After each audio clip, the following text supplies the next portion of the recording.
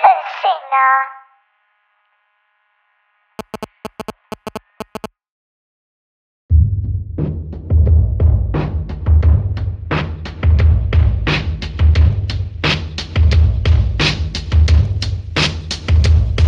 一只蜘蛛在枯枝间织网，轻巧不知吐丝，要不做些翅膀。不远处有些数据被捕捉在纸上，两者之间隔道玻璃墙。远看是指玻璃箱的玻璃门被拉开，并不代表释放。蜘蛛也不多理会入侵的棉花棒，近看面透湿的，但不明什么液体，在蜘蛛眼里越来越大，越来越大，越来越大。一名男子近日时常感到身体不适。神情恍惚，整日待在家中胡思乱想，什么抓他去做实验，什么组织，妈妈又带去世界那边加持，还是如此。问他在看什么，他沿着地砖缝用眼神走遍整个房间，嘴里念着滴咚咚滴。他看着角落，滴咚咚滴。你叫他不是不会回，但是反应特别慢，脸部一直伸展。他说这样特别爽，有时东张西望，说觉得视野特别广，眼睛耳朵特别明。现在他是2.0，他说他不是钻牛角尖，是在解构。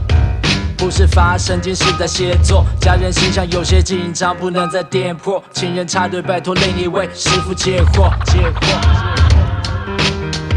小洞里发着光，光下张着网，那网上粘着命。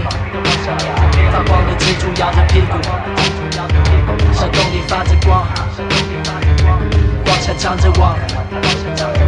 那网上粘着命，发狂的男子吼着人类历史上最恐怖的一句话，就是没有我很正常。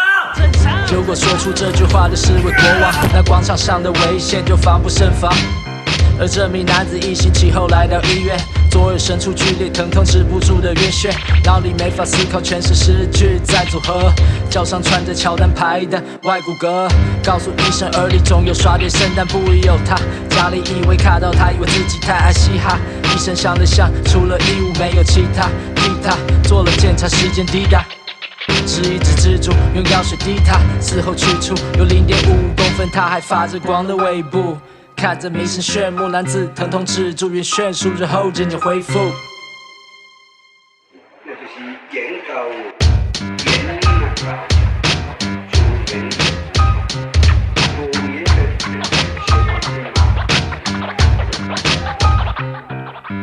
某天在房间里，男子整理床铺，在床底下发现张起头蜘蛛网。查了一下网路没有记载，在光的照耀之中，颜色七彩，图案独特，线条是辐射。珍惜以前就住着。